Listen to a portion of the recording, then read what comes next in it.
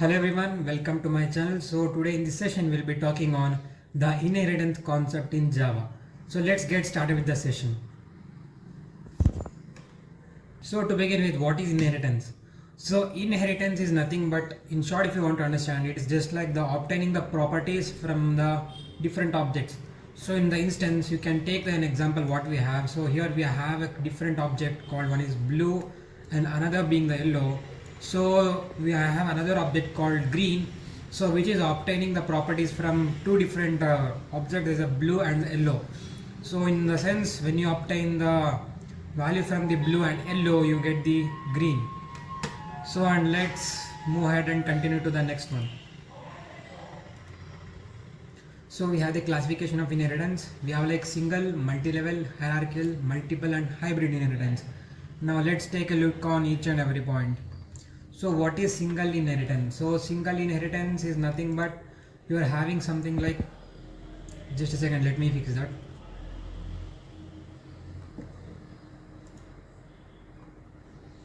So next up what we have is single inheritance. So in single inheritance, nothing but you are having a single class, so which is a super class, which acts as a super class for your B. So in a sense, if you're having a value assigned to A, that is like int A is equal to 5, then the value of B also will be 5.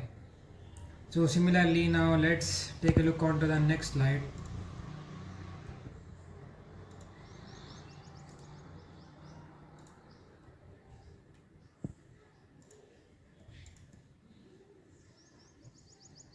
Yes, now we have multi-level inheritance.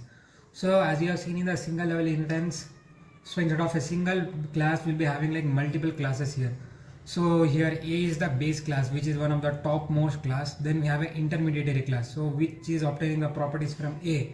And at the bottom level, you have something called as C, that is a derived class. So this derived class is the one that has obtained all the properties from the A and B.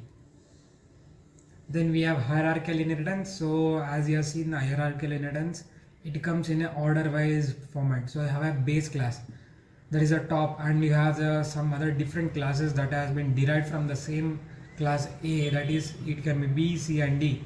So in a sense, this is very much useful when you have like a group of classifications, or you want to split or make some different groups when you are writing a program or so. Then you have multiple inheritance. So in multiple inheritance, what you have is you have one class that has more than one superclass, and it has the ability to inherit the feature from all parent classes.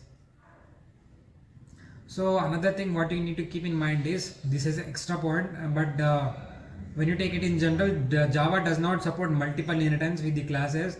So in Java you can achieve the multiple inheritance only through the help of the interfaces. So that is why we have the special concept in Java called as interfaces. So why we use interface is because we can't use multiple inheritance directly in Java. So in order to implement this concept, we use the concept of interfaces in Java. So the last but not the least, then we have the hybrid inheritance. So hybrid inheritance, as the word says, so it's like a mixture of two or more types of above inheritance what we have discussed in the session. So it can be like a single level, you have the multi-level, you have the hierarchical, and it can be any kind of stuff. So in a hybrid inheritance, it is like a very much complex to implement, but it all comes with a wide variety of options. So if you implement the feature of hybrid inheritance, you can implement some complex algorithms or whatever the complex stuff you want to perform in your programs.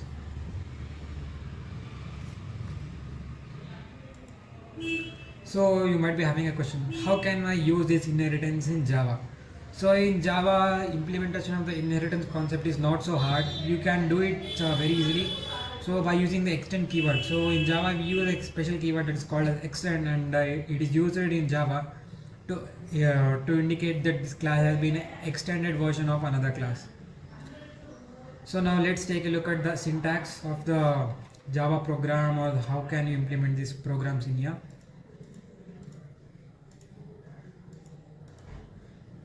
So we have a class that is called that is a derived class, and we have another our keyword which is called as extends, and this is our base class what we have here. So we have a class, this is a class is a keyword, and here the derived class, you will be telling the or implementing the name, your class name you are here, and you have the extents, and you will be having the class name which you have a base class. So then you will implement your methods and fields here. That's it. Now let's take a look on the code. So now let's understand this. So you are importing the Java IO. So all the Java packages will be imported in here. So you are having a class that is called as a class employee, and here declaring a value to a variable that is salary in an integer format. So then again we are calling here class, this which is a keyword, class is a keyword, and engineer is the name of our class. So we have a class engineer which is extending the properties of a class employee. So when again we are calling the new variable that is a benefit, which is in the int data type, and we are assigning a value as 10,000. So now at last we are having a main function, so that is a class, and we are having a class name. Now we are having a public static void main, that is a main, and we are having a new variable here, the new function here. So we are calling engineer e1 is equal to new engineer. So this will be our method, and we are printing the value. When we print system.out.println salary is equal to, that is e1.sal. When we use e1.salary, so here e1 is the value that is assigned to engineer. So e1.salary is nothing but the value that has been assigned to your engineer class. So engineer is again assigned to an employee. So employee, you can see that is assigned here. So let's look at it and let's follow the path how it is going on. So you are using e1.sal. So e1.salary. So this is the e1 part, and e1 here we have assigned it to the engineer. And when we come to the class engineer, we can see that we are having employee. So this employee class is being transferred to the class engineer, so that when we call e1.salary, so this salary will be imported directly from here to here. And then similarly we have the e1.benefits. So in the e1.benefits, it's nothing much. You have like inheritance concept, not much. So the inheritance, see e1.benefits, we have the e1 that is assigned to the engineer. So engineer, we have a variable that is benefits. So what it will do, it just will print the value from here to here. That's it. So as you can see, we have a final output, that is salary is 6,000 and the benefit is 10,000. The salary is 60,000 and the benefit is 10,000.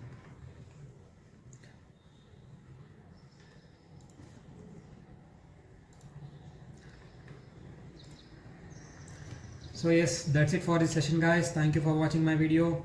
Please do like and hit subscribe. Thank you.